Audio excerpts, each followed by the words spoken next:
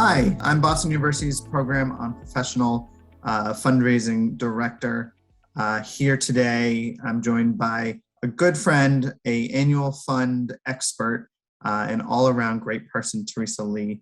She is someone who I go to for advice regularly on the annual fund, has worked at many great institutions, planning, executing, and evaluating their annual funds, leading to increased financial support each year from the donor base. Someone I have great respect for, and I know you all enjoy hearing from today. Thank you, John. Hi, I'm Teresa Lee. I'm the Chief Development Officer at Tower Hill Botanic Garden.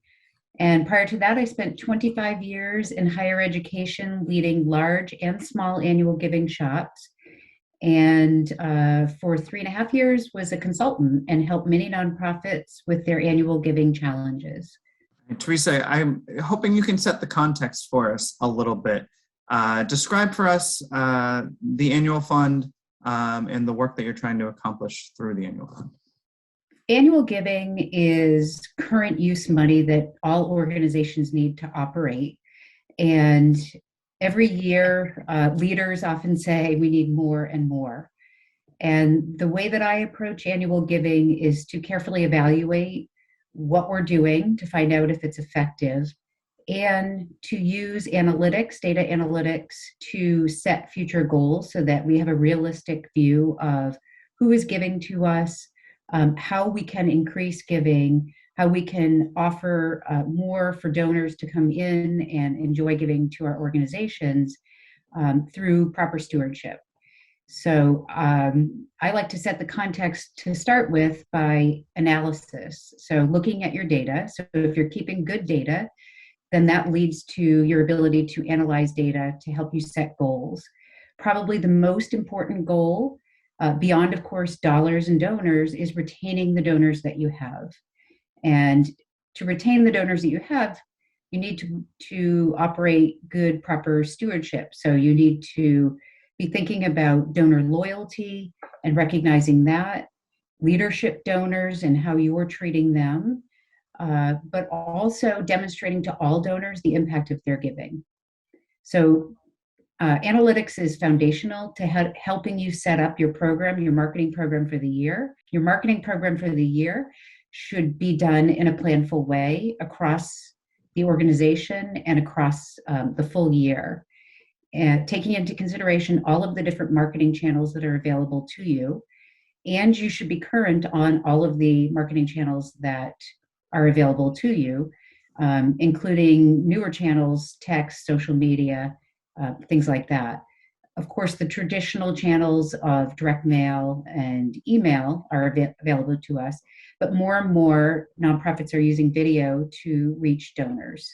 There are even organizations that have what they're calling digital giving officers. So they're just talking to people in our current world, how we're talking here today, across Zoom or digital mediums or through video.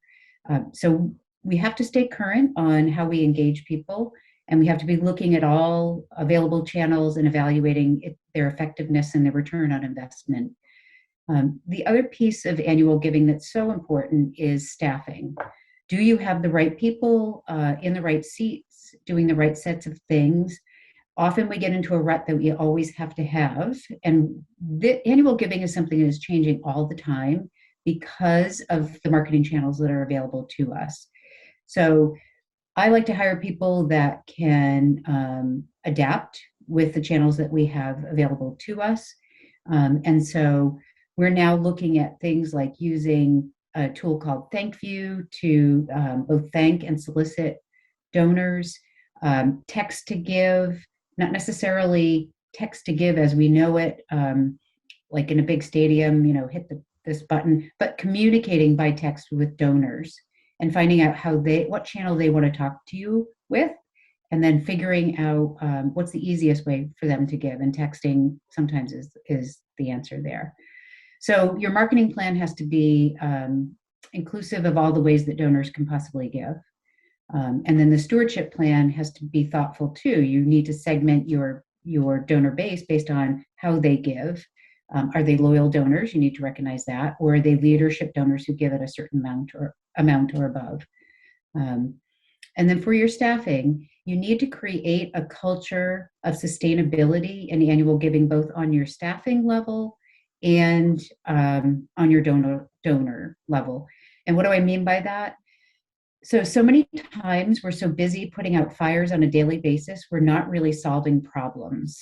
And so we're moving from one project to the next without being thoughtful about how we are doing our work. And what that does in turn is to put stress on donors. We need this money right now. Or you're getting that stress from your bosses saying, we need more money right now. And you turn and deliver that stress to the donors. If we can be more thoughtful in our planning and more thoughtful in how we're using both our human and financial resources to deliver good and thoughtful content to people in a way that feels like a rhythm to them and is multivariate across channels, and then we're doing a great job at stewardship, I guarantee you, you won't feel like you're constantly putting out fires. You'll be growing in a sustainable way. Teresa, this is why you're pure gold. Really resonates. If you think, just to highlight, for so many nonprofits, particularly a lot of the smaller nonprofits where we know and care deeply about, the annual fund is what makes the organization exist and be able to deliver their mission. And to have a program that allows you to sustain or grow that allows those organizations to really have an impact on society. And as you get larger in the organizations, the annual fund is no less important, as those resources are the most flexible and unrestricted, enabling leadership of the university, the hospital, other larger nonprofits to invest in areas of innovation where they may have, the ability to keep the lights on, but they want to be doing more and more, moving their mission forward. This is really wonderful. One of the things I really love about the annual fund is you get to, and also is a little bit tiring maybe, is you get to do it every year. There's a new plan every year. So it allows for the great staffing and as you have resources to iterate and learn, but I'd be interested, that's where the evaluation comes in. Talk to us a little bit about how you evaluate the annual fund and how you, success or not, and then incorporate that into the plan, the thoughtful plan for the next year. So you always should be looking at what you just did to find out if it was effective. So on a very basic level, your goals, of course, are donors, dollars, and most importantly, donor retention, because we know it costs less to retain a donor than it does to find a new donor or even reacquire a past donor. So don't let your donors lapse. Definitely focus on retaining them. But in terms of evaluating yourself, you should always be looking back at your prior year's marketing plan when you're going to plan out your new one and say, okay, what worked and what didn't? What new tools can we use to reach people? Do your research, talk to colleagues in other organizations that are doing cutting edge work, see if it works for your organization, adapt it to your organization, and figure out, do those things that are most effective. Don't just keep doing them because you've always done them. I have walked into more annual giving shops where they say, well, this is what we've always done, which is the worst thing that you can do. Now, you also have to know your market. There are markets that skew, age-wise or experience-wise, that they expect that piece of mail every year, and a social media campaign wouldn't necessarily reach them. But I would say to you is that your donors are evolving like we are all evolving across marketing channels. So find out how they want to be communicated to. You can use a multi-channel approach to them and be constantly evaluating, did that work or did that not work? All right, I've got my work cut out for me. Thank you, Teresa. I'm going to go take this to some of the organizations that I volunteer with and to my day job. Lots to know, lots to learn. Appreciate you sharing some of these thoughts today, your wisdom and experience. And for those of you considering the BU fundraising program, this is just the tip of the iceberg of what you might learn about annual fundraising and many of the facets of the fundraising organization. Thank you.